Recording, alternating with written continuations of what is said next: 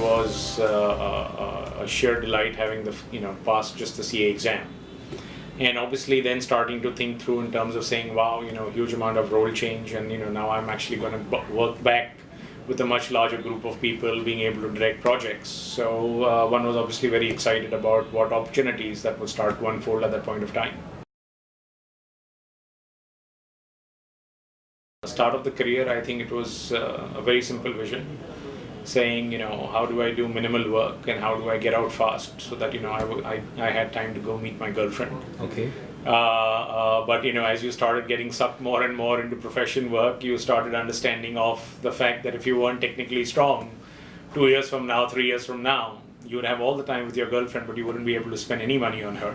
At that point of time, it was very clear that no matter what you did, you would have to excel in it. And therefore the vision was saying, excel at whatever you do. And therefore it's with that goal that, whatever job I picked up, whatever else I did, it was saying, but got to be top notch at that.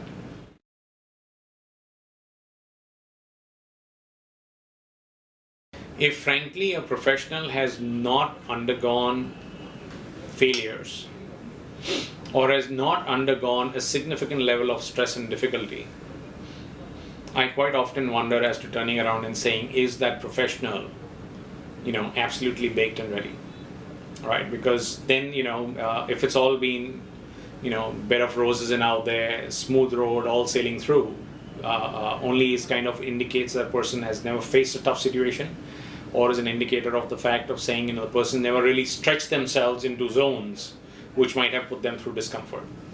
Now, where do you, so I think it's important for every professional to have experienced that and to successfully overcome that. For me as well, just as every other individual, I think we all go through very difficult moments where it's all about turning around and saying it's doomsday, the project's going to crash, my partner's really going to be really annoyed, angry through with me, and I haven't done X and I haven't done Y. And at that point of time, you actually hit panic situation. And personal experience has taught me that you will come out with several different responses to a panic situation.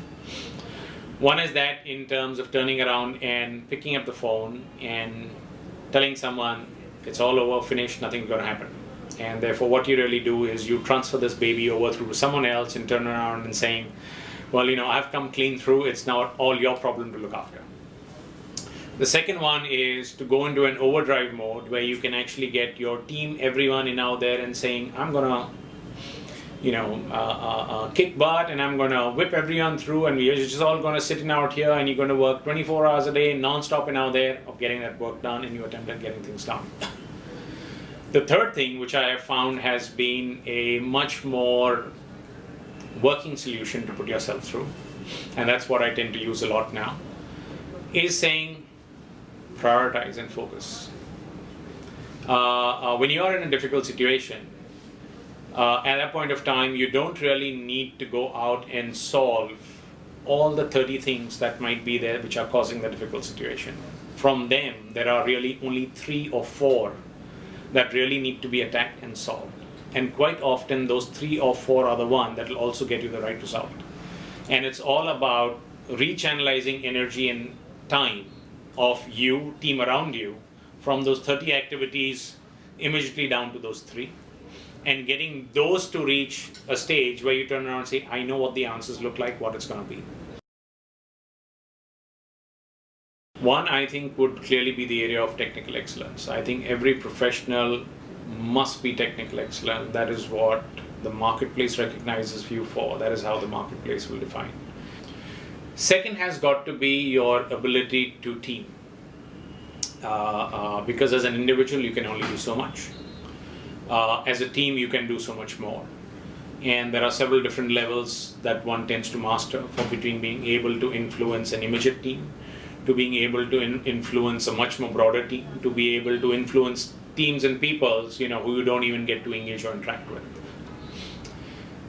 The third one is all about connecting the dots.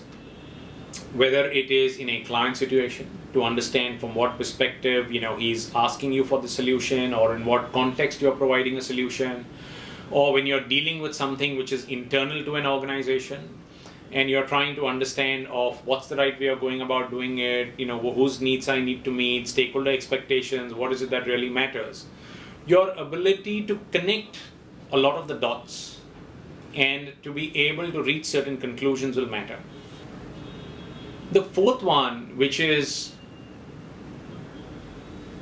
I think, in terms of turning around and saying is, don't work on politics. Quite often people like to engage in political stuff, in discussions, in strategizing, and so on and so forth. What I have found is longer term, it hurts you. It doesn't really help you build the right kind of reputation. It doesn't help you build the right kind of trust in colleagues around you.